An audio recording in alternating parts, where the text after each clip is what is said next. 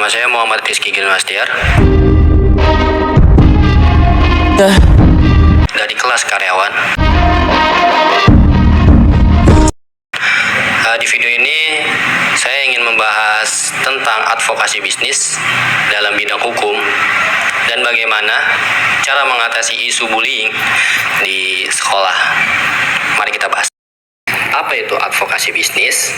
Secara sederhana, advokasi bisnis itu adalah upaya untuk melindungi dan mempromosikan kepentingan bisnis melalui jalur hukum. Di Indonesia, ini sangat krusial, mengingat dinamika regulasi dan pesaing usaha yang sangat ketat.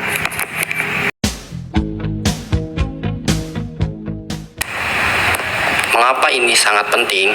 Pertama, untuk menghindari masalah hukum yang dapat merugikan finansial dan reputasi. Kedua, menciptakan iklim usaha yang kondusif.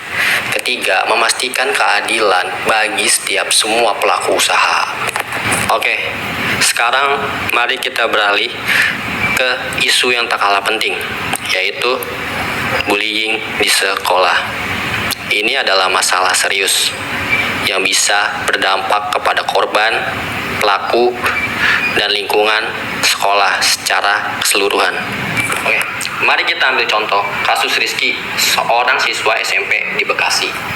Rizky dikenal sebagai anak pendiam dan sangat menyukai pelajaran sains. Namun, beberapa teman sekelasnya sering mengejeknya dengan sebutan si kutu buku atau si aneh karena ia suka membaca buku di perpustakaan saat istirahat daripada bermain bola. Ejekan ini berlanjut menjadi tindakan fisik ringan seperti mendorong atau menyembunyikan bukunya si Rizky. Si Rizky mulai takut pergi ke sekolah, nilai-nilainya menurun, dan ia sering mengeluh sakit perut. Kasus Rizky ini adalah contoh nyata bagaimana bullying verbal dan fisik bisa merusak mental dan akademik seorang anak. Lalu, bagaimana solusinya? Ada beberapa langkah yang bisa kita lakukan bersama. Oke, yang pertama itu pendidikan dan kesadaran. Sekolah harusnya mengadakan sosialisasi tentang bahayanya bullying, dampaknya, dan cara melapornya. Ini melibatkan kepada siswa, guru, dan orang tua. Kedua, mekanisme pelaporan yang aman. Sediakan jalur pelaporan yang mudah diakses dan menjamin kerahasiaan seperti kotak aduan, email khusus, atau konselor sekolah yang proaktif. Pada kasus ini, si Rizky itu takut untuk melapor. 3. Intervensi cepat dan tegas. Ketika laporan masuk, pihak sekolah harus segera menindaklanjuti dengan investigasi dan memberikan sanksi yang mendidik kepada pelaku, bukan hanya hukuman. Mediasi antara korban dan pelaku dengan pendamping juga bisa dilakukan. 4. Dukungan psikologis. Korban bullying seperti Rizky membutuhkan dukungan psikologis dari konselor atau psikologis untuk memulihkan diri dari trauma.